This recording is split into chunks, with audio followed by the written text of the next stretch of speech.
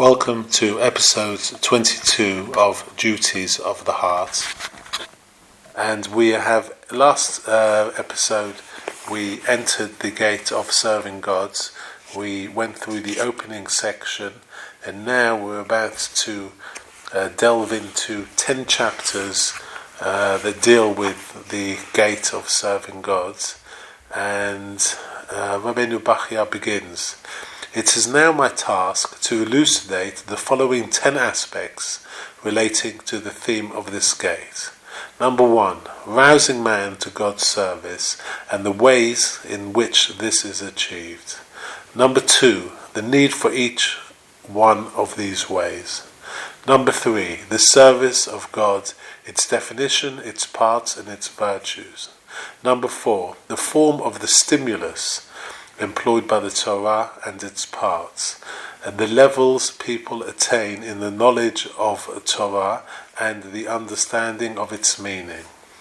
Number 5, the form of the stimulus provided by the intellect, teaching about this in question and answer format.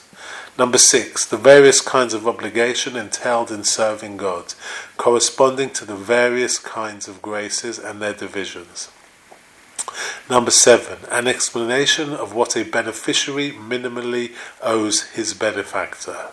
Number 8, the controversy amongst the wise in regard to determinism and free will, which of the views is nearer the truth. Number 9, a brief description of the mystery of the creation of the human species in this world.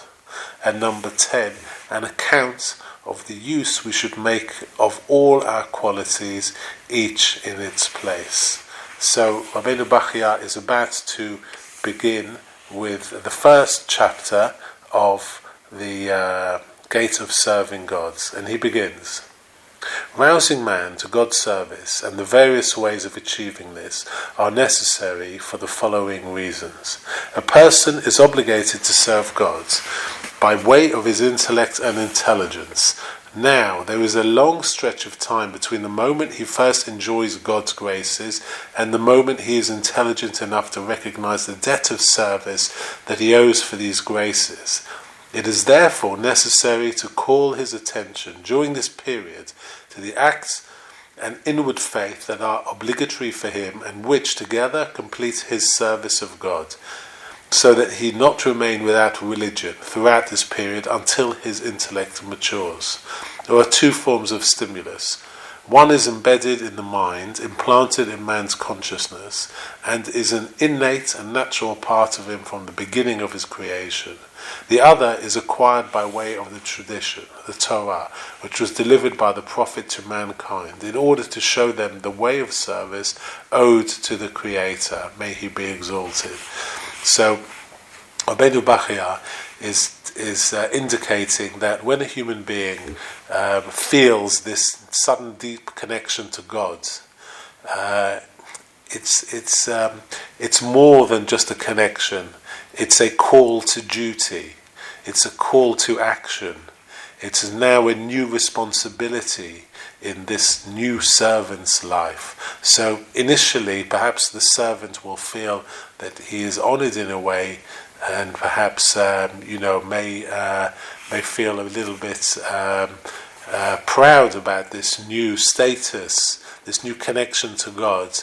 But in reality, what he has to do is knuckle down and get on with the job of actually serving God. And in this period, perhaps this servant, the new servant, wonders, how am I? How am I supposed to serve God? What are my duties? It's not like God tells you exactly what you should do, but because of this great book, The Duties of the Heart, it makes it much easier. And also, Rabbi Bachya is indicating the greatest guidebook of all is the Torah. So you have to have this innate feeling of a new responsibility, taking on the yoke of God, but at the same time, don't delay and dally, get on with the job and start studying Torah, and things will become much more clear. And now he moves on to chapter 2.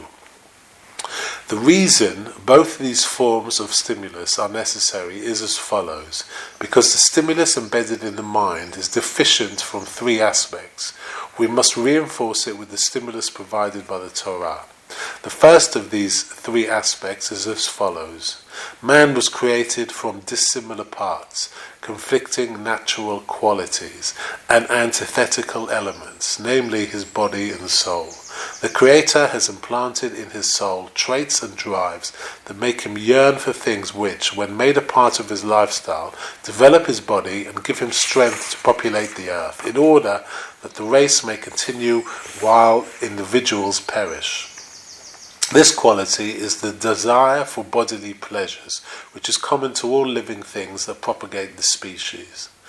The Creator, may he be exalted, has also incorporated in man's souls other qualities and powers.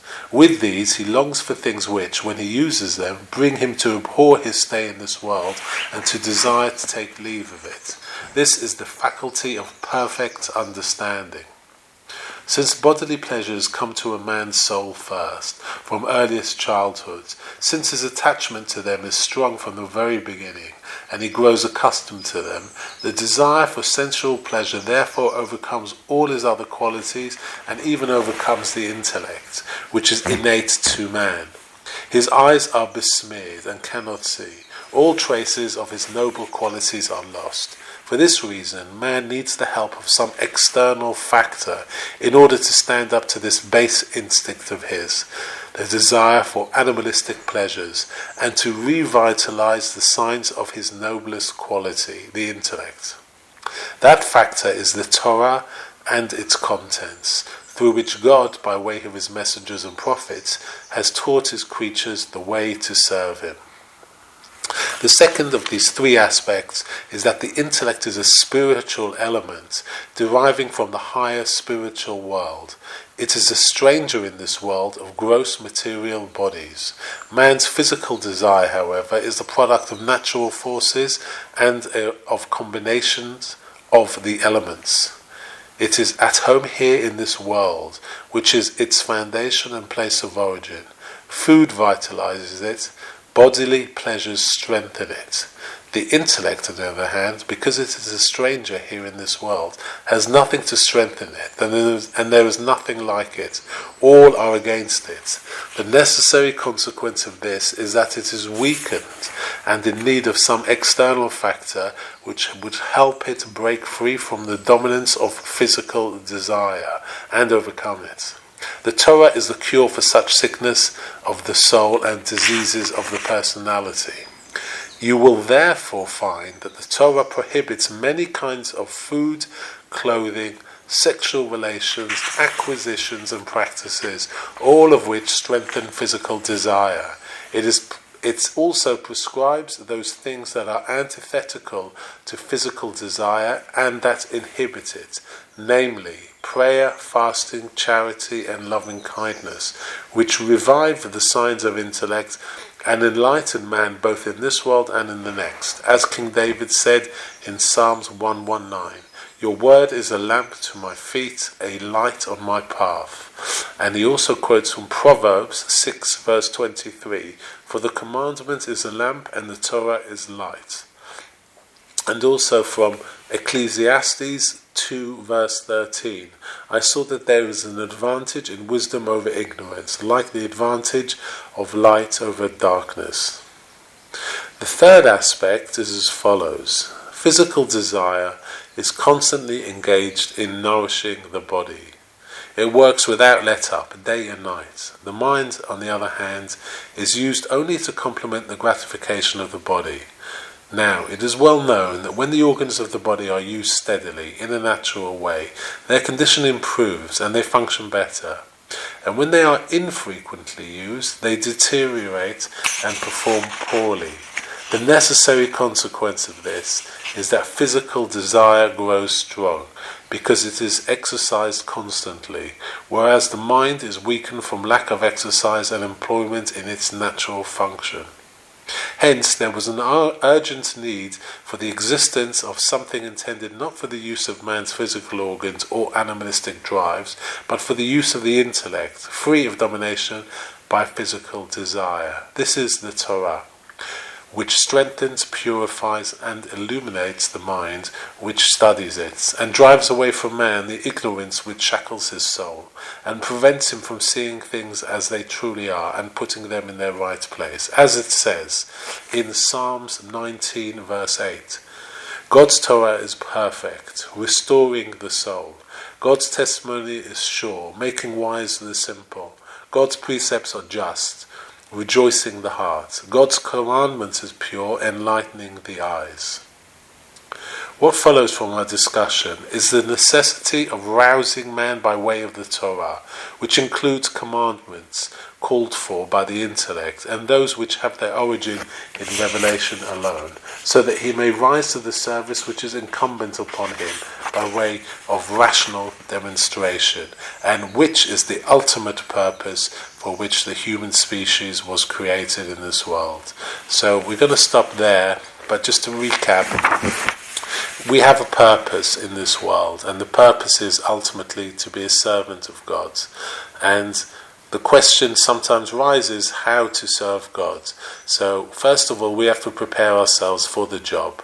Once we have mentally prepared ourselves for the job, we make inquiries through the Torah, through magnificent works like the Duties of the Heart, and God will show us the way through his works, and just get on with the job and perfect ourselves for God. Our neshamas are sent to us from God, and our job is to perfect them and purify them and refine our characters. And through serving God, we do this, and we elevate ourselves and we elevate all around us. So next episode we're going to deal with chapter 3 of the Gate of Serving God.